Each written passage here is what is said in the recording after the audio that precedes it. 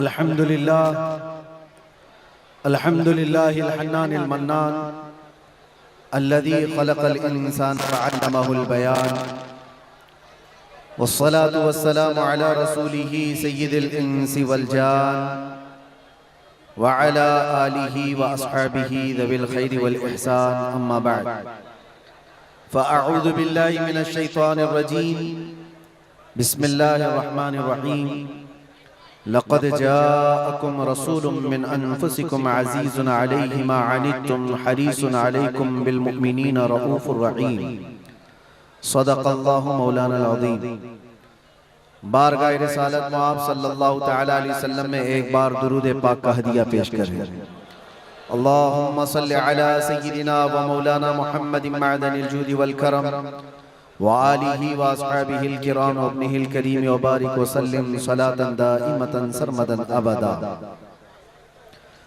आई नई हुकूमत सिक्का नया चलेगा, आई नई हुकूमत सिक्का नया चलेगा, आलम में रंग बदला सुबह शबे विलादत, हश्र तक डालेंगे हम पैदाइशे मौला की धूम, मिस्ले फारस नजद के किले गिराते जाएंगे, खाक हो जाएं अदू जलकर मगर हम तो रजा, दम में जब तक दम है जिक्र उनका सुनाते जाएंगे।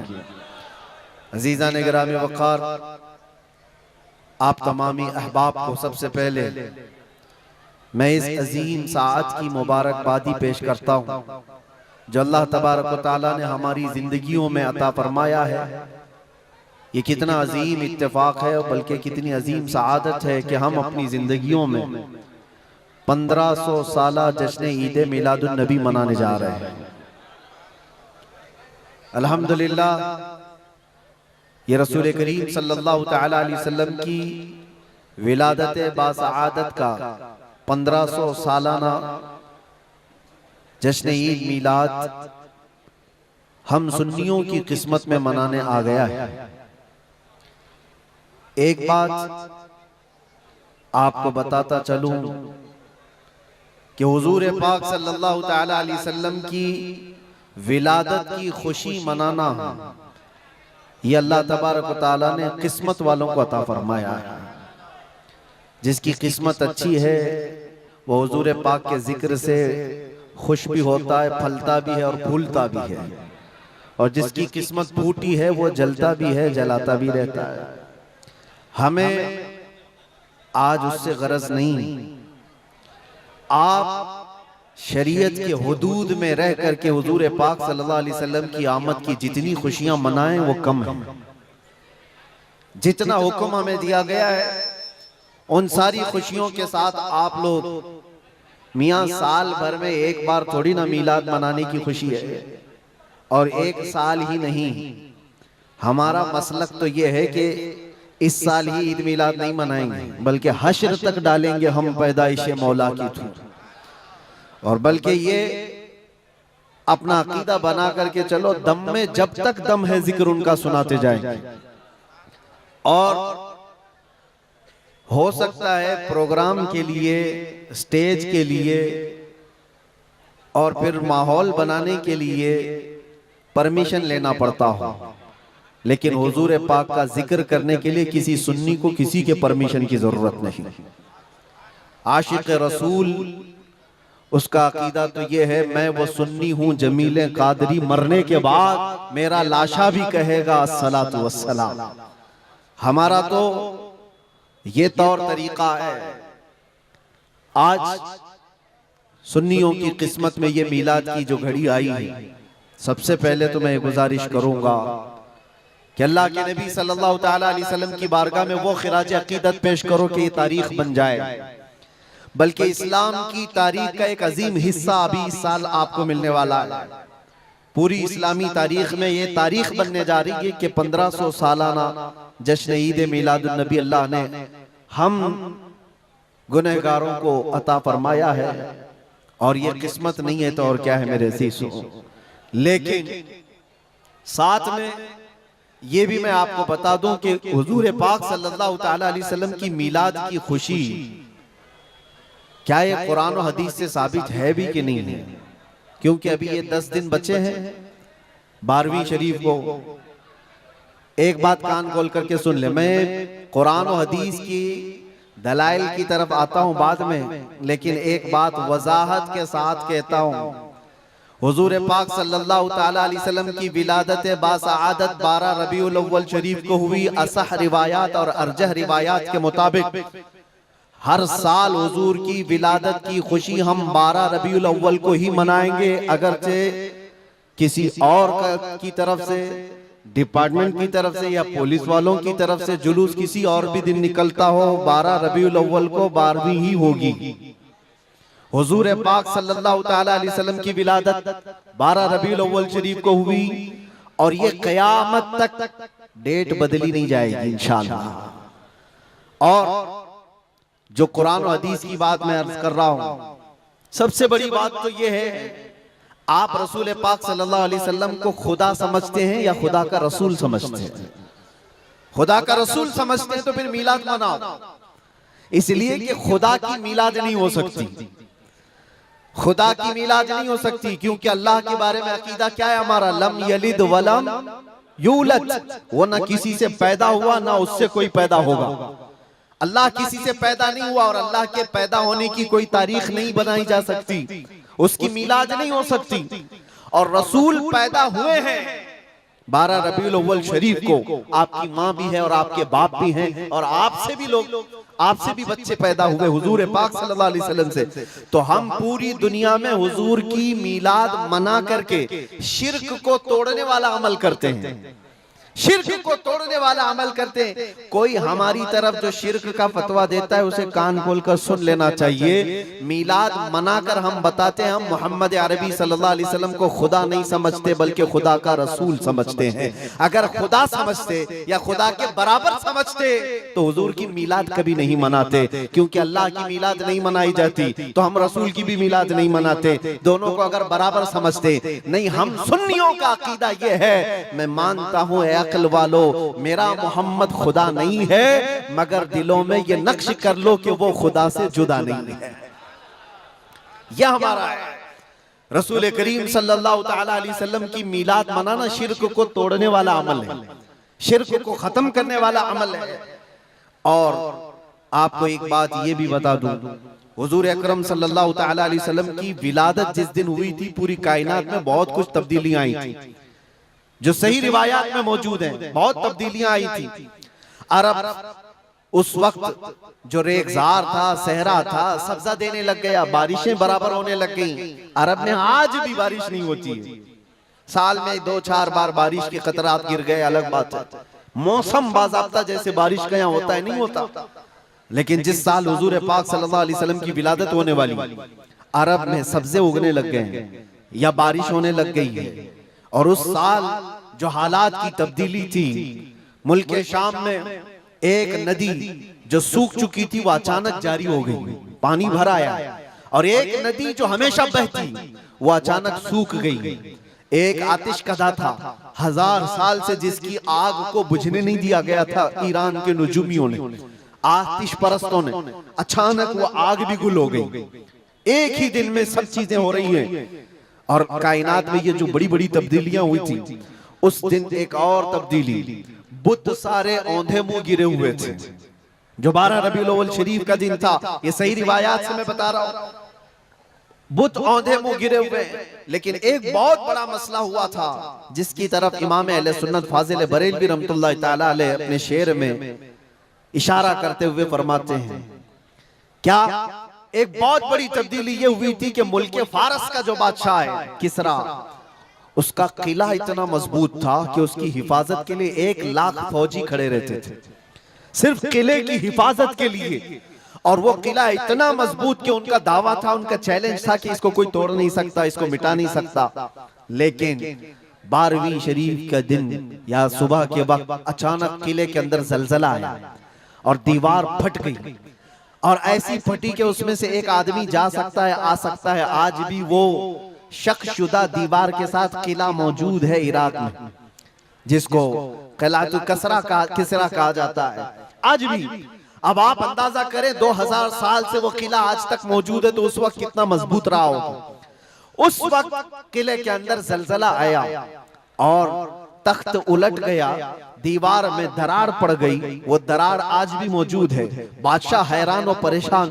दूसरे दिन सारे नजूमियों को बुलाया गया और पूछा गया कि ये क्या माजरा है कि इतना मजबूत किला कैसे ये टूट गया, या इसकी दीवार में शगाफ कैसे आ गई है। तो सारे नजूमियों ने अपने इल्म के मुताबिक जो नतीजा निकाला, बादशाह से कहा दर हकीकत ये जलजला आम जलजला नहीं है, ये तेरी दीवार का टूट जाना ये आम सी बात नहीं है। हमारा इल्म ये बता रहा है कि इस रुए जमीन पर अल्लाह का कोई नबी पैदा हुआ है जो तेरी सल्तनत को खत्म करने वाला है।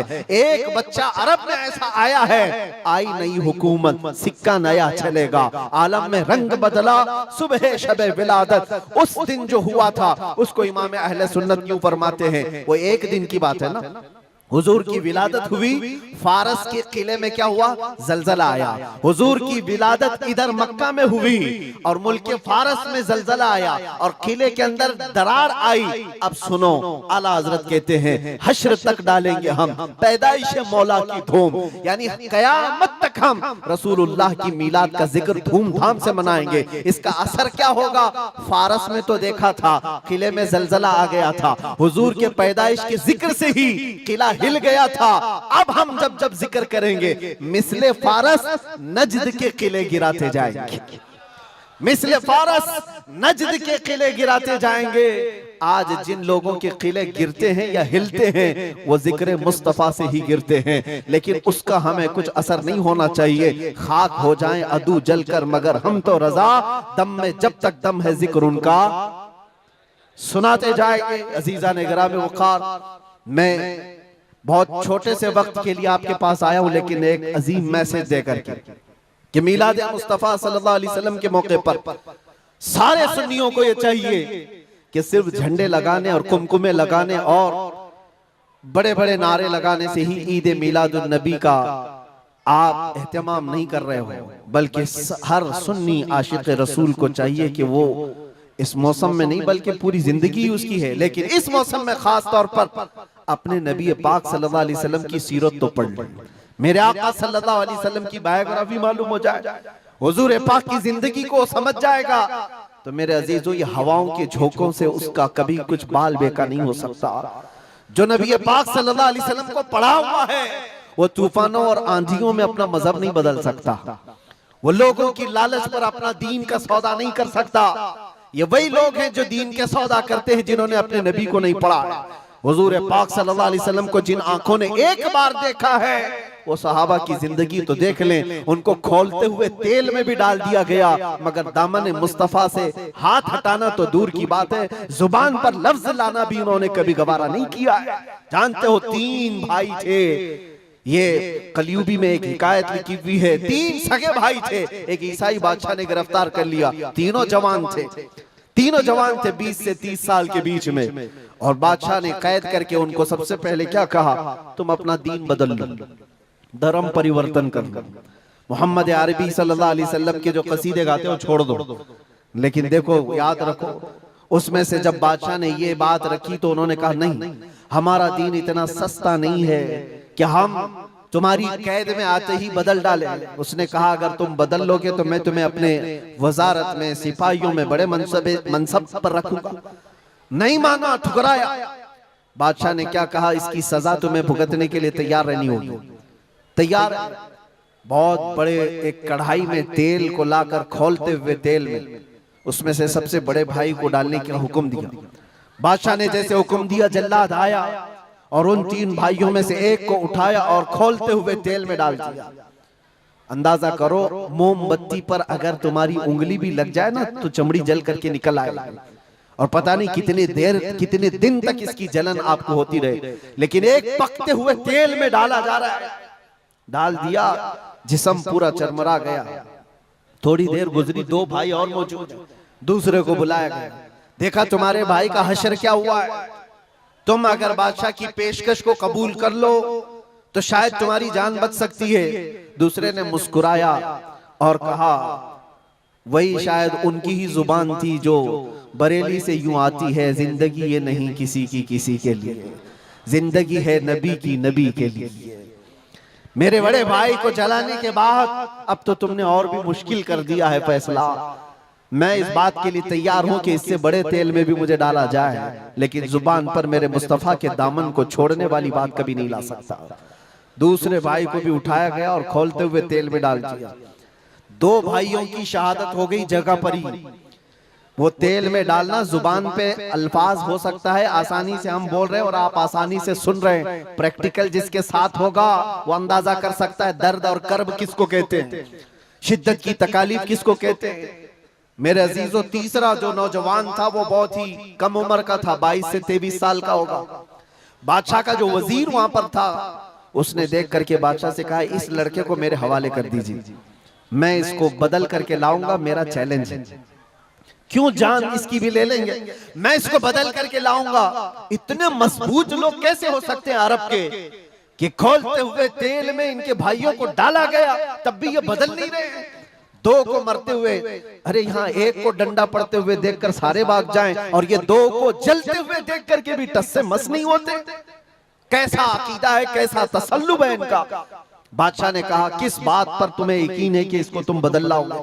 उसने कहा, मुझे भरोसा है, आप मुझे दीजिए 1 महीने का टाइम, इसको बदल कर न लाऊं तो फिर मुझे आप जो सजा दे। बादशाह ने कहा, ठीक है, ले जाओ। तीसरे को खोलते हुए तेल में डालने की बजाय बादशाह ने अपने वजीर के हवाले कर दिया। और दुनिया देखो, वो मेरे अजीजों याद रखो, आशिकाने मुस्तफा से 2 इम्तिहान हर जमाने में होते रहेंगे, आज भी हो रहे हैं और होते रहेंगे। पहला इम्तिहान, मौत से डरा करके तुम्हारा दीन छीन लिया जाएगा। मौत से डरा करके ये हो जाएगा, वो हो जाएगा, तुम्हें ये कर दिया जाएगा, वो कर दिया जाएगा।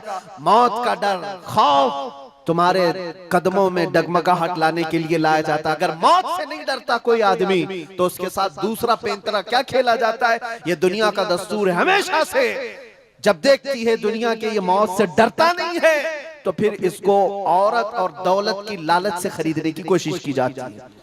ये 2 चीजें ऐसी हैं जो अच्छों का सौदा कर जाती हैं। बहुतों ने अपना ईमान सिर्फ शबाब पर बेच दिया है, हुस्न शबाब को देख करके। औरतों के दिल दादा हुए या दौलत के दिल फरेब हो गए, और उन्होंने अपना दीन का सौदा कर लिया है। नौजवानों, याद रखो, तुम्हारी जिंदगी में अगर ये 2 इम्तिहानों में से कोई इम्तिहान आए, तो अपने नबी पाक को याद कर लेना, हुजूर को याद कर लेना, और अल्लाह के नबी सल्लल्लाहु अलैहि वसल्लम की बारगाह में ये इस्तिगासा कर लेना कि मेरे आका, बड़ा सख्त और कठिन वक्त आया है। दुनिया मौत से डरा करके कभी मेरा ईमान छीनने की कोशिश कर रही है, अगर उससे मैं नहीं डगमगाया तो दुनिया मुझे हुस्न शबाब की लालच दे करके अपनी तरफ लेना चाहती है। अब उस वजीर ने क्या किया, उस छोटे से नौजवान लड़के को अपने घर ले गया, और उसकी बेटी थी जो निहायत हसीन और जमील, बहुत खूबसूरत लड़की उस वजीर की थी। अपनी बेटी को बुलाया और कहा, बेटी तेरे लिए एक काम देता हूँ, 1 महीना हमको मिला है, इस नौजवान को अपनी मोहब्बत में, अपने हुस्न जमाल में लेकर के आजा, बादशाह सलामत से जो इनाम चाहे तुझे ला करके दे दूंगा। अपनी लड़कियां आशिकाने मुस्तफा को खरीदने के लिए कल भी भेजे जाते थे, आज भी भेजी जा रही है। हो सकता है बहुत सारी जगहों पर जो हमारे लोग मुर्तद होते जा रहे हैं, वो जो बच्चियां आज अपने दीन और ईमान का सौदा करके भागती हैं किसी गैर के साथ, और कहीं जा करके शादियां रचाती, वो ये समझती हैं कि ये कॉमन सी बात है। वो दीन बेचने वाले लोग हैं, उनका हिस्सा दीन इस्लाम में कुछ नहीं। कल कयामत के दिन देखना, तुमने अपने नफ्स की खातिर एक गैर मुस्लिम के साथ भाग करके निकाह किया, चाहे वो बेटी हो कि बेटा हो, अपने दीन से सौदा किया है और गद्दारी की है। कल कयामत के दिन मुंह तो अल्लाह को दिखाना है, हुजूर की शफाअत के बगैर तो कुछ होना नहीं है। देखना हश्र में जो हुजूर पाक सल्लल्लाहु ताला अलैहि वसल्लम के साथ तुम खड़े रहोगे कि हम खड़े रहेंगे, वो वक्त आने वाला है। उस नौजवान के साथ क्या हुआ, वजीर ने अपनी बेटी तो लगा दी। अल्लाह की पनाह मेरे अजीजों, हुजूर पाक का इश्क का एक कतरा भी जिसके दिल में आता है, ऐसी चीजें उसके पांव को नहीं डगमगाती, ना कभी उसका ईमान खरीद सकती हैं, ना उसके दीन का सौदा कर सकती हैं। वो लड़की रोजाना आती, रात के वक्त बैठ जाती, और ये नौजवान जैसी महसूस करता, मेरे कमरे में अकेले तन्हा रहने के बावजूद वजीर की खूबसूरत हसीन और जमील बेटी, जिसके निकाह के पैगाम बादशाहों के औलाद से आया करते थे, शहजादे निकाह का पैगाम भेजा करते, वो लड़की मेरे पास आकर बैठ जा रही है। नौजवान क्या करता था, मुसल्ला बिछाया और सजदे में गिर गया। जब तक वो उठती नहीं थी ये सर उठाता नहीं था। ये रात भर के सजदे इसके इसी तरह रहते। वो ऊँगती रहती, देखती रहती, इंतजार करती रहती और थक करके वापस चली जाती। महीना गुजरने को आया था मेरे अजीजों, उस नौजवान ने आंख भरकर एक बार देखा भी नहीं। और वो थक हार करके महीना खत्म होने के बाद उस नौजवान को मुखातब करके कहती है, ऐ नौजवान एक बार मेरे हुस्न को देख तो ले। मुझे देखने के लिए बादशाहों के बेटों की भी कतार लगती है। कई बड़े बड़े लोग पैसों के अंबार लगा सकते हैं मेरे हुस्न को देखने के लिए। एक तू है कि मैं आता हूं तो मुसल्ले पे गिर जाता है। उठ एक बार देख तो ले, मुझे अल्लाह ने कैसा हुस्न दिया है, कैसा जमाल दिया है, एक बार देख तो ले। उस नौजवान ने आंखें झपकाए बगैर, पलटे बगैर जवाब दिया कि ऐ खातून तू अपना ये हरबा इस्तेमाल करना बंद कर दे, ये तेरा काम मुझ पर चल नहीं सकेगा। वजह यह है जिन आंखों में एक बार जमाले मुस्तफा बस चुका हो उसको दुनिया का हुस्न कभी धोखा नहीं दे सकता, दुनिया का जमाल उसे खरीद नहीं सकता। वो खातून उठ गई और जवान की इन बातों से उसके दिल पर ऐसा वलवला तारी हुआ।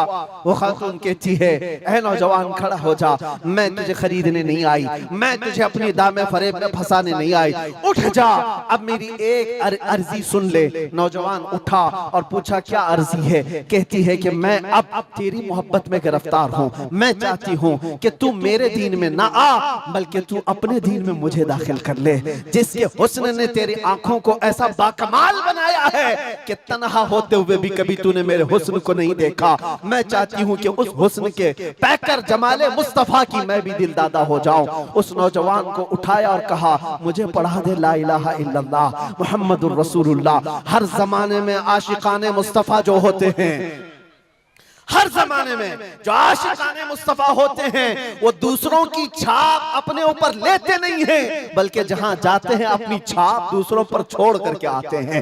यही होती है जिंदगी आशिकाने मुस्तफा की। उस नौजवान ने उसे कलमा तैयबा पढ़ाया और उस खातून ने कहा, चलो यहाँ से निकलो, कुफरिस्तान से निकल करके हम निकाह करते हैं और साथ जिंदगी गुजारेंगे।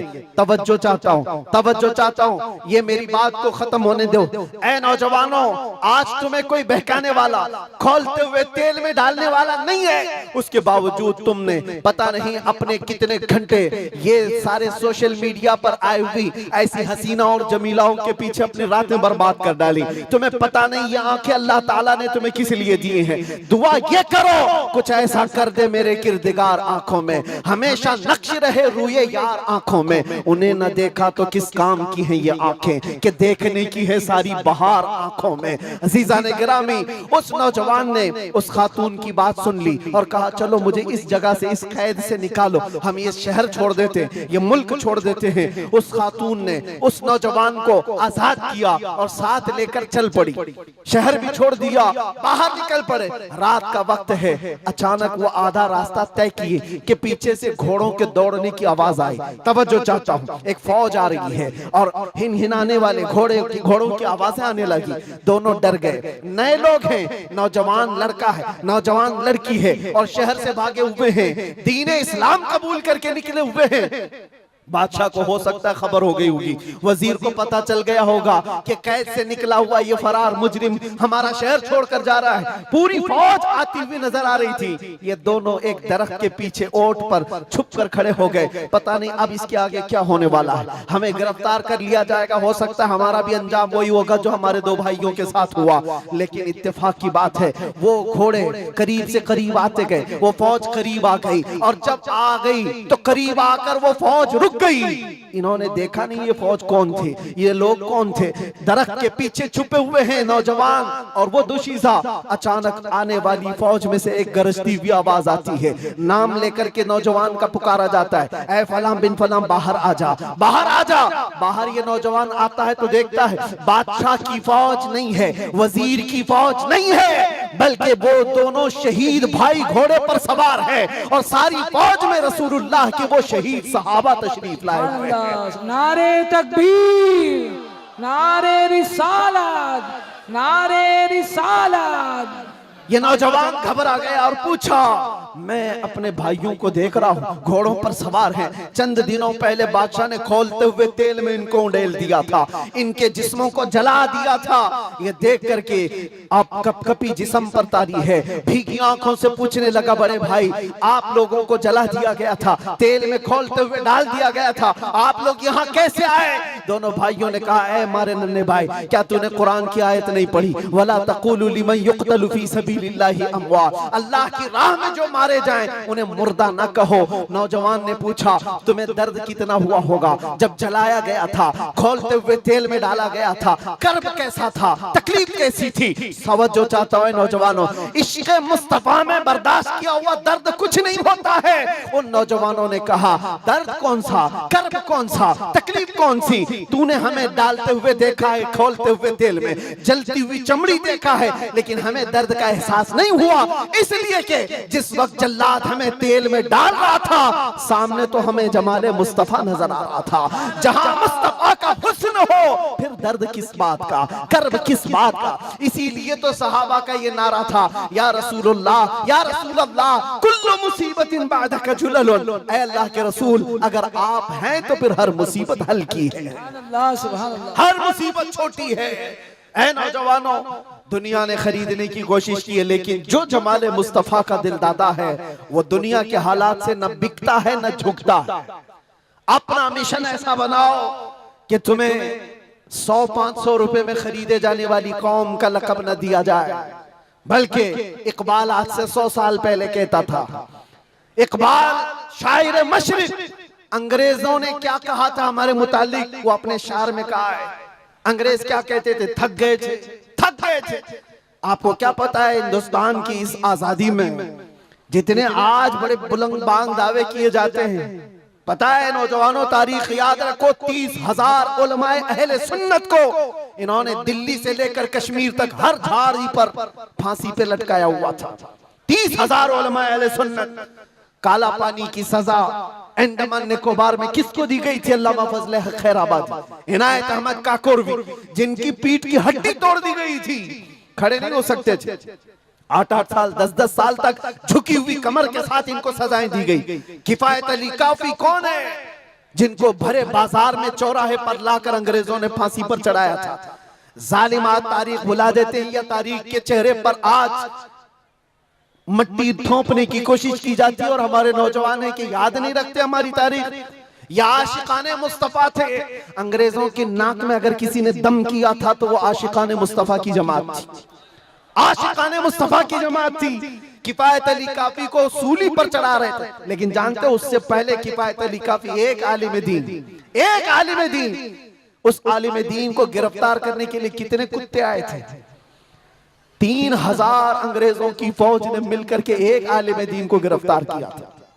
हमेशा से यही तारीख रही है, हमेशा से।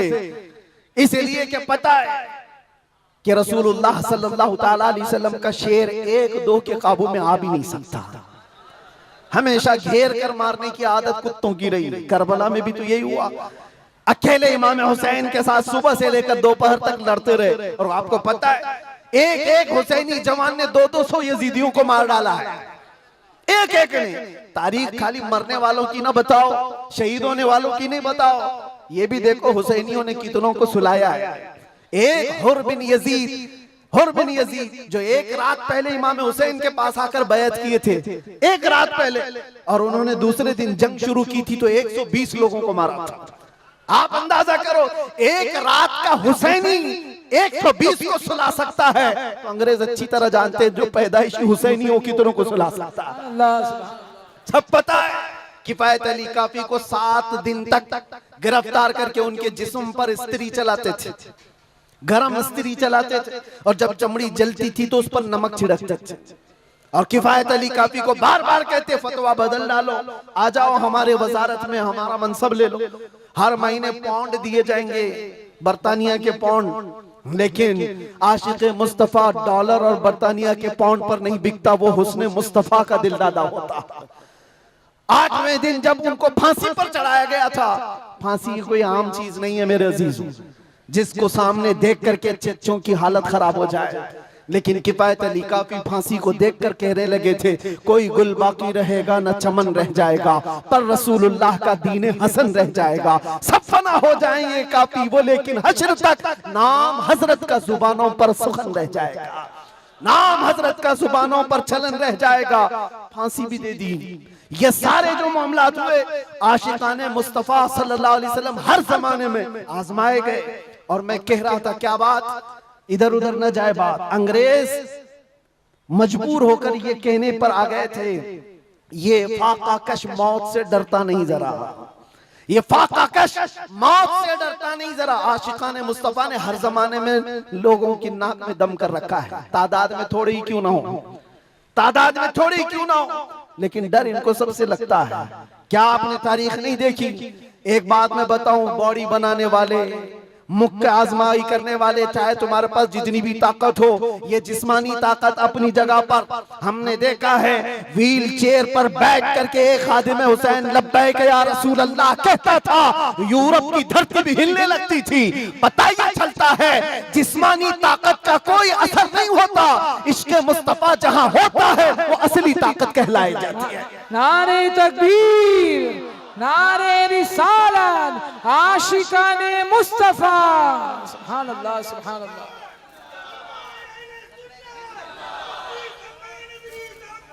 जिंदाबाद, अल्लाह अकबर, आला हजरत, आला हजरत, आला हजरत, आला हजरत, अल्लाह अकबर, या रसूल अल्लाह, जिंदाबाद, जिंदाबाद। मेरे अजीजों, बात सिर्फ इतनी है, यही मैंने एक साहब से पूछा था कि मियां तकरीरें बहुत होती हैं, भाषण भी बहुत होते हैं, क्या क्या नहीं कहा जाता। हमने खाली कुछ देर की खामोशी ही तो कहा था।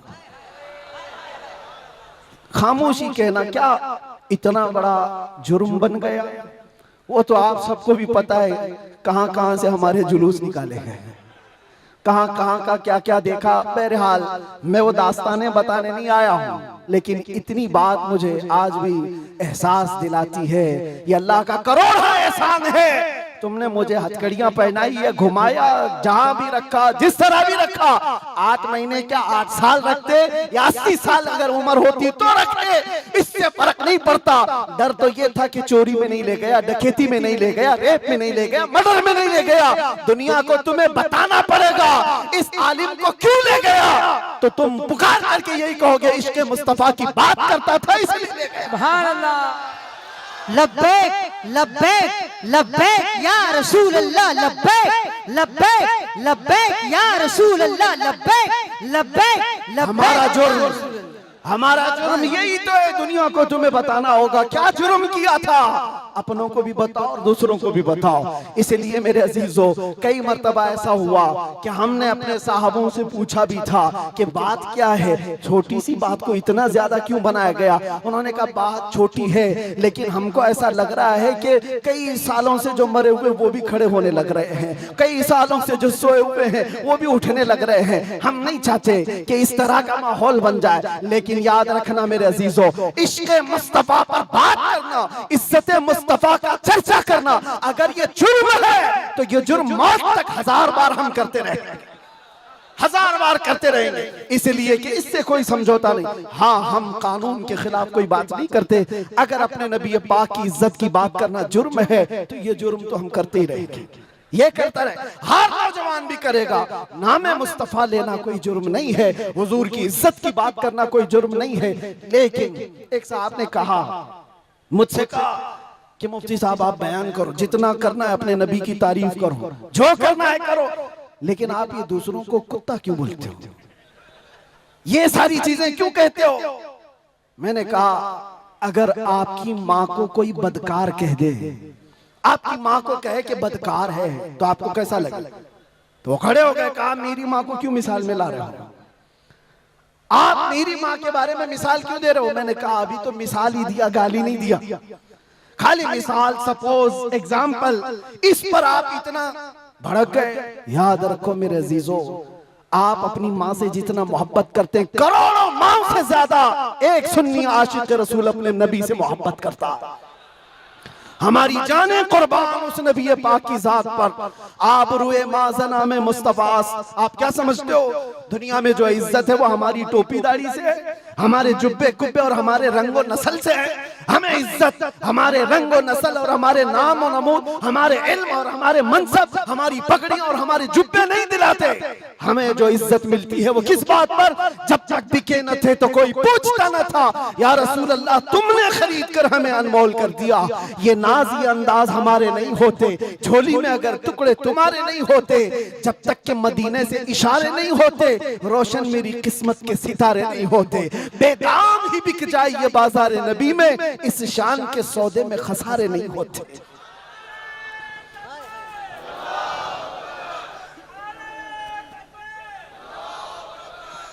बात मैं अभी खत्म करने आ रहा हूं, बस आप इस बात को अंदाजे में रखो मेरे अजीजों।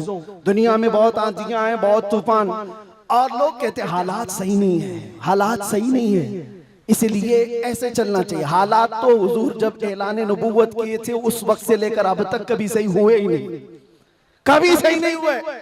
क्या बदर में हालात सही थे? ओहद में हालात सही थे? खंदक में हालात सही थे? खैबर में हालात सही थे? फतेह मक्का में हालात सही थे? करबला में हालात सही थे? कभी नहीं हुए। तो ये क्या ताना दिया जाता है, ये क्या मसलहत और हिकमत की बात की जाती है? हालात बड़े पेचीदा हैं, हालात बड़े सख्त है मेरे अजीजों। ये क़यामत तक ऐसे हालात रहने वाले। सतीजा कार रहा है अजल से ता इमरोज, शरारे बू लहबी से चराग मुस्तफवी, हर जमाने में ये हालात रहेंगे। आशिक मुस्तफ़ा को इन्हीं हालात में परचम रिसालत बुलंद करके रखना है। वो सहाबा से पूछो जो निकल पड़ते थे, पैरों में चप्पल नहीं और कपड़ों पर पैबंद लगे हैं, एक खजूर की गुठली पर पूरा दिन गुजार लेते थे, फाका कश थे, लेकिन उनसे पूछो क्या उनके लिए हालात सही थे? जब अफ्रीका जा रहे थे, जब यूरोप की कलीसाओं में अजानें दे रहे थे, अफ्रीका के तपते हुए सहराओं में नामे मुस्तफा बुलंद कर रहे थे, उनसे पूछो हालात सही थे? वो कहेंगे कहां के हालात सही थे, उस वक्त भी हालात सही नहीं थे, लेकिन उसके बावजूद उन सहाबा का हाल ये था, दस्त तो दस्त है, दरिया भी न छोड़े हमने, बहरे जुल्मात में दौड़ा दिए घोड़े हमने। आ गया ऐन लड़ाई में गर वक्त नमाज, किबला रूहों के ज़मीन बोस हुई कौमे हिजाज, एक ही सफ में खड़े हो गए महमूद और अयाज, न कोई बंदा रहा न कोई बंदा नवाज। ये सहाबा का मसलक था, उनका मामूल था, टल न सकते थे, जंग में अड़ जाते थे, पांव शेरों के मैदान से उखड़ जाते थे, हक से सरकश हुआ कोई तो बिगड़ जाते थे, अरे तेग क्या चीज है, हम तोप से भी लड़ जाते थे। अजीजा ने गिरामी, आप मजबूती पैदा करो नामे मुस्तफा के साथ। आला हजरत की एक बात बड़ी प्यारी लगी, आप बड़े परेशान थे और ये बात मैं आपको बताकर चलूं, जो इस हक रास्ते पर आएगा उसे समझ करके चलना पड़ेगा, कांटों के रास्ते हैं। ऐसा नहीं कि हर जगह फूल सजाए जाएंगे। लोग ये समझते हैं नामों से रिसालत की बात करें और फिर हलवे पराठे खाते रहे और हम नजराने लेते रहे लोगों के यहाँ जाकर के। लोगों को ऐसा लगता है, आज मैं इस बात की वजाहत करता हूँ, वल्लाह बिल्लाह तल्लाह, कभी मुझे फकीर की कभी ये ख्वाहिश नहीं होती कि लोग मेरे नाम का नारा लगाएं, कभी नहीं। जो नारा लगे वो मेरे मुस्तफा के नाम का हो। हमारी अपनी कोई इज्जत नहीं है, हमारा इस्तेकबाल करना कहीं पर किसी के लिए वाजिब नहीं। आपकी मोहब्बत सर आंखों पर, लेकिन मैं इसका आशिक नहीं और ना ही इसका ख्वाहिशमंद, ना ही बुलंदो बाला इस्तेकबाल के साथ बड़ी गाड़ियों में आना, ये ताम झाम, कभी मुझे इस चीज की ख्वाहिश नहीं रही।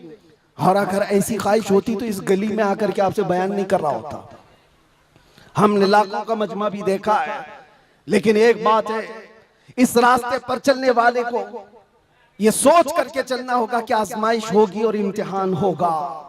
कई मर्तबा दौलत से खरीदे जाने की कोशिश की जाएगी, माल और मनसब दे करके, या कभी हुस्न शबाब दे करके, या कभी मौत की धमकी दे करके। ये सारी चीजें हमने देखी हैं अपनी जिंदगी में, बहुत छोटी जिंदगी में मौत की धमकी भी दी गई है। और मुझसे एक आ गया था कि अगर छूट गए तो समझ लेना कि दूसरा अवतार मिला है आपको। हम तो खैर अवतार देने वाले तुम नहीं हो, रज़्ज़ाक़ हकीकी अल्लाह रब्बुल इज्जत, जब तक वो न चाहे तुम्हारी सारी कायनात मिलकर के मेरा बाल बेका नहीं कर सकेगी। और अगर अल्लाह तबारक व तआला चाहे तो मच्छर और चूंटी से भी मौत हो सकती है। अल्लाह ना चाहे तो मोदी योगी से भी कुछ नहीं होता। अल्लाह अगर ना चाहे, अल्लाह अगर ना चाहे फिरौन और नमरूद से भी कुछ नहीं होता। और अगर अल्लाह चाह ले तो मच्छर से नमरूद भी मर सकता है और पानी से फिरौन भी हिलाक हो सकता है। हमारा अकीदा ये है, हमें उस बात का डर नहीं है। हमारी जिंदगी जब तक लिखी हुई है वो रहेगी और मौत आनी है तो आनी है। लेकिन इतना याद रखो मेरे अजीजों, क्या ही खूब है बिस्तर पर पांव रगड़ रगड़ करके मरने से बेहतर है कि नामे मुस्तफा बुलंद करके दुनिया से जाए। बुज़दिलों के साथ जाने से बेहतर है आशिकों की जमात में जाए। और आजमाइश तो होगी, इम्तिहान तो होगा। सहाबा के साथ क्या नहीं हुआ? उनके माल, उनकी औलाद, उनके घर बार सब लूट लिए गए थे मक्का में।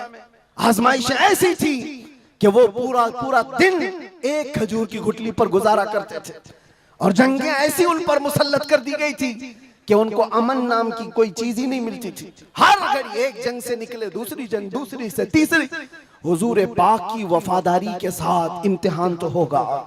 आज मिलाद मुस्तफा है, नबी करीम सल्लल्लाहु ताला अलैहि वसल्लम के 1500 साला जश्न ईद मिलाद की हम तैयारियों में अपने ईमान को मजबूत करो, अपने अकीदे को मजबूत करो, इश्क रसूल इतना बढ़ा लो। मैं कभी कोई तलवार बंदूक बारूद की बात नहीं करता, ना ही मैं कभी कोई खुफिया मीटिंग करता हूँ, ना ही मैं कभी कोई तंजीम की बात करता हूँ कि तुम इस तरह की तंजीमें बनाओ, खुफिया मीटिंगें करो, लड़ने भिड़ने के मंसूबे बनाओ। नहीं, जो हमारी बात रिकॉर्ड कर रहे हैं वो भी सुन ले।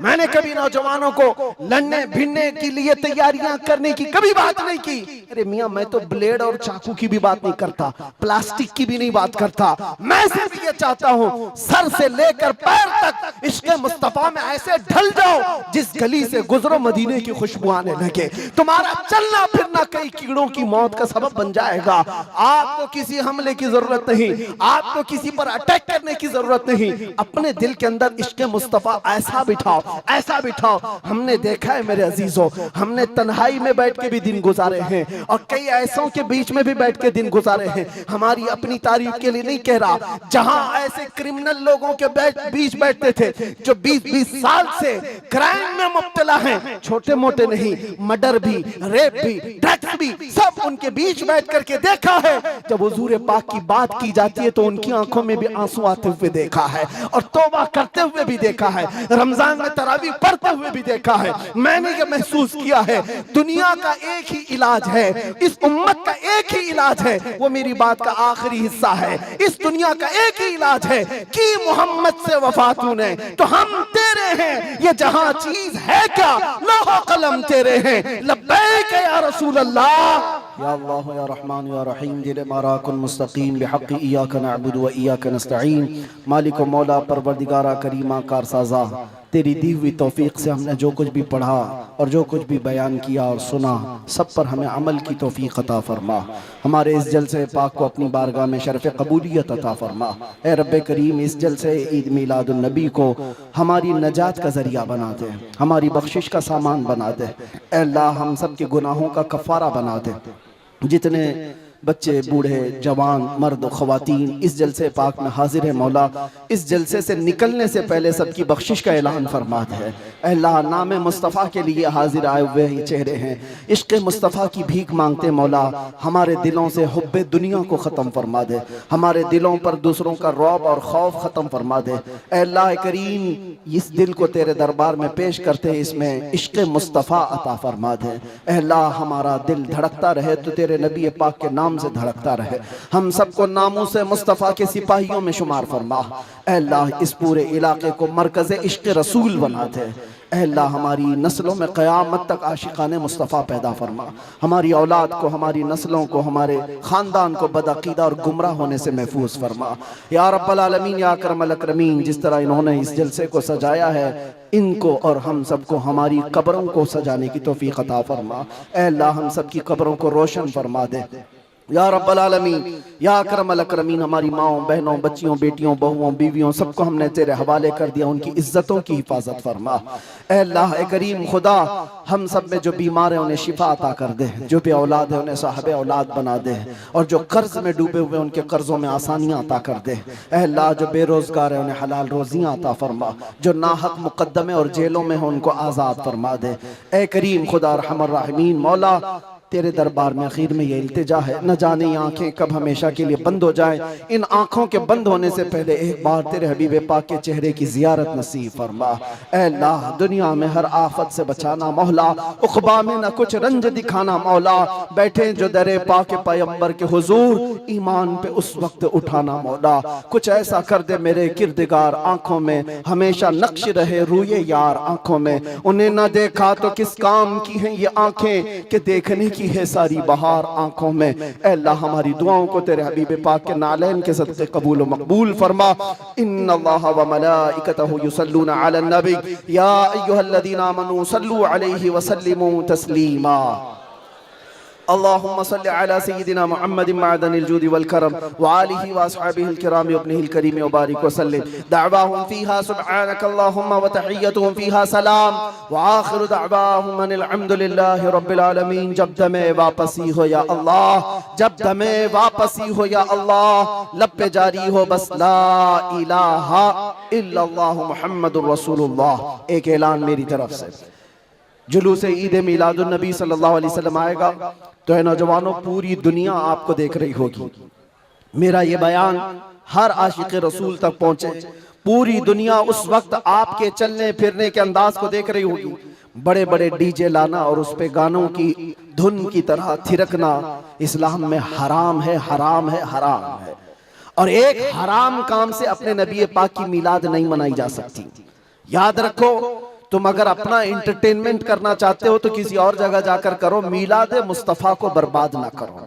मेरी ये गुजारिश है हर नौजवान को, आप सुन्नत मुस्तफ़ा सल्लल्लाहु अलैहि वसल्लम में मलबूस हो जाए और खूब खुशबू लगाए, खूब खैरात करे, और नारे भी हो, हुजूर की नातें भी हो सब जगह, लेकिन डीजे के जरिए से या उस दिन नशा करके दूसरों को तकलीफ पहुंचाना और अपने जिस्म को तकलीफ पहुंचाना अल्लाह के नबी सल्लल्लाहु अलैहि वसल्लम को ईजा देने के बराबर है। हुजूर तो ये फरमाते हैं, तुम्हारे तलवों में कांटा भी चुभे तो उसका दर्द मुझे होता है। आप अंदाजा करो, उम्मत मुस्तफ़ा हो और हुजूर पाक को ईजा देना और दर्द देना आपका मजहब नहीं हो सकता। उस दिन रोजा भी रख सकते हैं, खैरात भी कर सकते हैं, इश्क मुस्तफ़ा के नगमे भी सुना सकते हैं, और जो गरीब हो, कमजोर हो, उनको उठा भी सकते हैं, और बूढ़ों का बोझ भी उठा सकते हैं। मिलाद मनाने के बहुत तरीके हैं। जरूरी नहीं कि डीजे पर नाचना ही और जुलूस में निकल करके थिरकना ही और झंडे फहरा करके लोगों को तकलीफ देना, आग उछालना, ये सब गैरों की तरफ से आए हुए रस्म व रिवाज है। मैं गुजारिश करता हूं कि ऐसी किसी भी रस्म व रिवाज से मिलाद मुस्तफ़ा के जुलूस को नापाक न करो, और अगर कोई करता है तो उसे रोकने की कोशिश करो। तुम अपने बाप का इस तरह मना लेना या तुम्हारे बेटे का कर लेना, मगर मुस्तफ़ा करीम के मिलाद को नापाक होने नहीं देना। इंशाअल्लाह जुलूस ईद मिलाद 1500 साल जो आ रहा है उसको इस तरह से मनाएंगे कि इश्क़ मुस्तफ़ा की खुशबू हर गली कूचे में हम पहुंचाएंगे इंशाअल्लाह। लब्बैक या रसूल अल्लाह, लब्बैक या रसूल अल्लाह, लब्बैक या रसूल अल्लाह।